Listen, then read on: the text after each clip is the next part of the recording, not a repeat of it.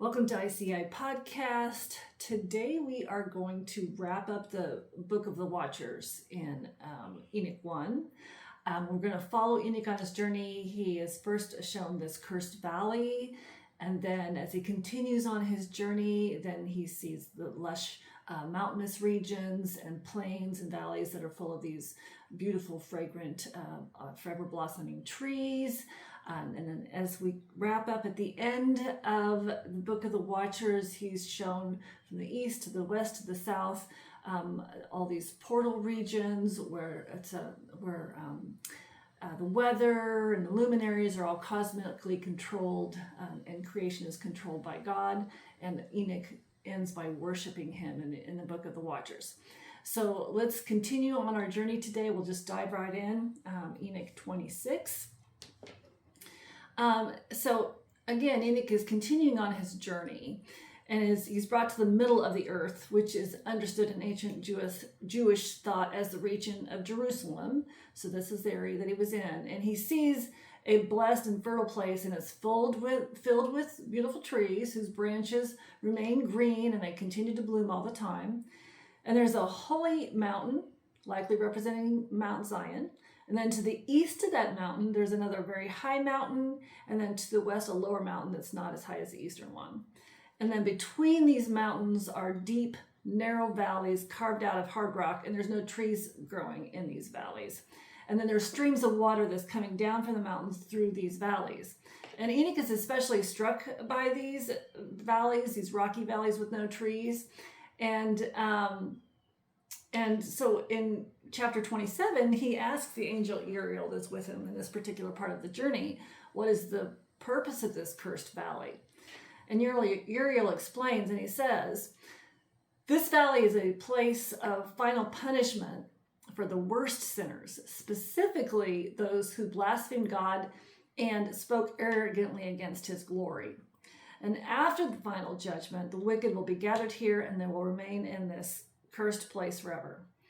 But the righteous, they get to watch this judgment and bless God for his justice and his mercy. So Revelation 2:9 specifically talks about some of the people who blaspheme God. And it says, in the second part of this verse, it says, and I know the blasphemy of them which say they are Jews and are not, but are the synagogue of Satan. So it would be, part of these blasphemous people that would be in this group, in this valley, particular valley. This is Enoch 1's version of the valley of Hinnom, or Gehenna, which later becomes a powerful symbol for hell in the Jewish and Christian thought. This is an actual deep, narrow valley that lies south and southwest of Jerusalem, and it's right next to the holy mountain, which is Mount Zion, that Enoch saw in chapter 26. And there's several Bible references to this same valley. Starting in Joshua 15:8 and 18:16, it first mentions this valley, Hinnom. It's a boundary line near Jerusalem. 2 Kings 23:10 references it, and King Josiah defiled the valley, the same valley, to stop child sacrifices. This was happening here. 2 Chronicles 28:3 and 33:6, King Ahaz and Manasseh sacrificed their own children by fire in the valley of Hinnom to the god Molech. Jeremiah 7:31 through 32, 19:2 through 6, and 32:35. Jeremiah strongly condemns the child sacrifices in the same valley and prophesies that it will become a place of slaughter and judgment. He even renames it to the Valley of Slaughter. Now, how it became thought of as hell. So because of the horrific child sacrifices and constant burning fires, so it became a garbage dump as well, and they were also burning corpses there. The Valley of Hinnom became a powerful symbol of divine judgment and curse. And by the time of Jesus, Gehenna, which is the Greek form of the name, was commonly used as a term for the final place of judgment. Or, yes, for the place of final judgment. And then Jesus uses Gehenna, often translated as hell, multiple times throughout Matthew, Mark, and Luke. So we continue in chapter 28, and he continues his journey eastward from the area of Jerusalem, and he comes to a beautiful, fertile region in the middle of the mountain desert and what he sees. So this is a strong contrast from judgment to now the blessings for the righteous. And what he sees is a lush plain full of trees and plants, clear water flowing west to east, many fragrant trees, including myrrh and almond trees, another mountain to the east with a narrow valley and stream between them. Everything is filled with sweet smelling, beautiful fruit. And then we continue on chapter 29. He's still in the same region. He's continuing eastward through this beautiful mountainous desert region. And what he sees now is more fragrant trees, including frankincense, myrrh, and almond-like trees. And in this particular area, in the middle of them stands another tree of life, very similar to the one that he saw earlier on the high mountain.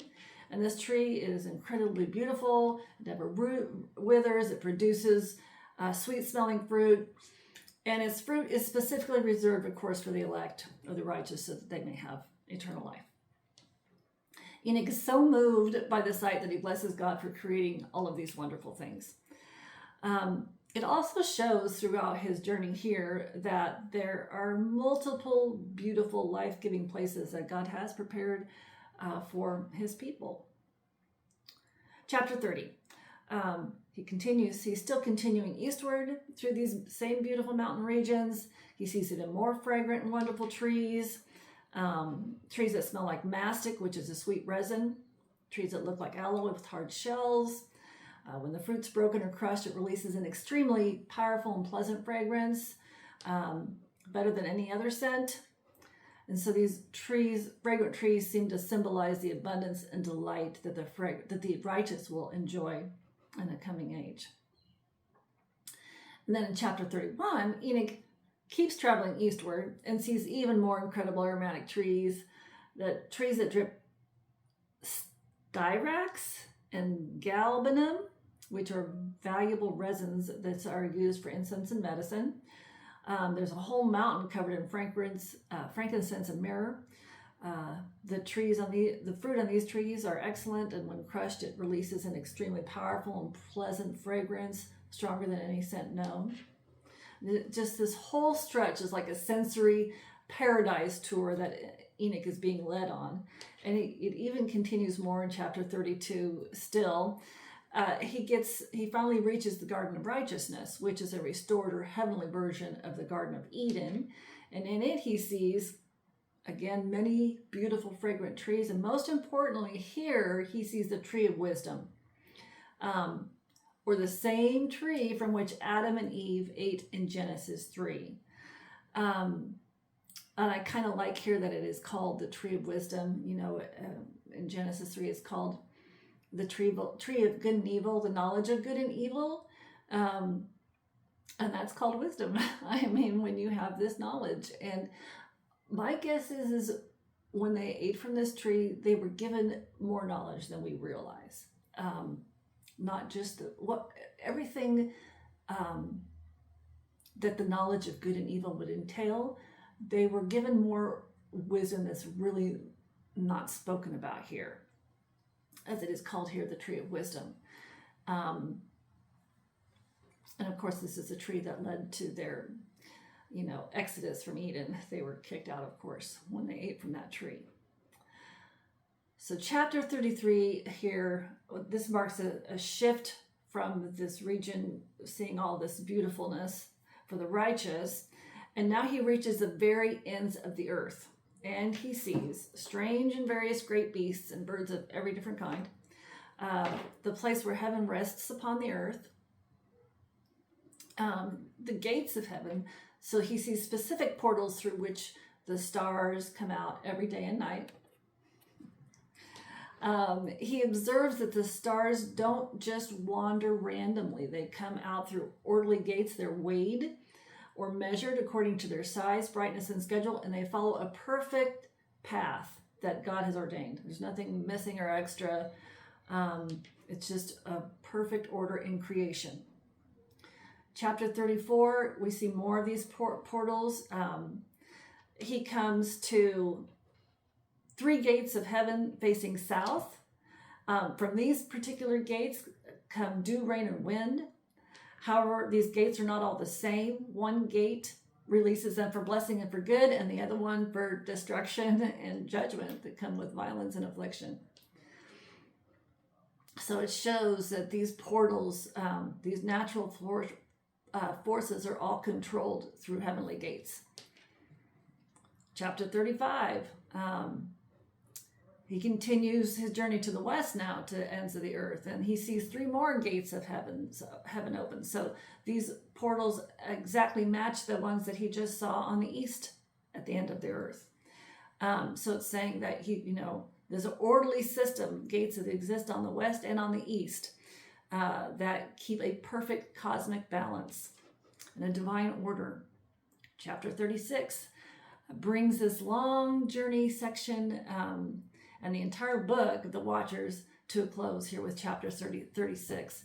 And he sees a final set of heavenly gates in the south. And he observes how the stars come out through small gates and follow their signed paths perfectly across the sky. And after Enoch completes this journey, he is just so overwhelmed and overcome that he worships and praises the God that has made all of this beauty and judgment for his people. So now we have covered throughout these 36 chapters, we have covered the fallen angels and demons, these 200 fallen angels that came down to earth, and they interbred with women and created the Nephilim and other creatures of crossbreeding. We've talked about judgment. We've talked about the tree of life. We've talked about all of the beautiful things that Enoch has seen, that God blessed him in vision to see, with how creation is set in place and what's been created for, not only for those who will be judged, what's waiting for them, also for what's waiting for those who are righteous, in this book of the Watchers. So again, that's the end of this portion. At this point in time, I don't think I'm going to continue on with the parables, because there are 3 other portions to Enoch, sections to Enoch. I'm going to end with the book of the Watchers, and I will be seeing you guys again soon. I hope you enjoyed that.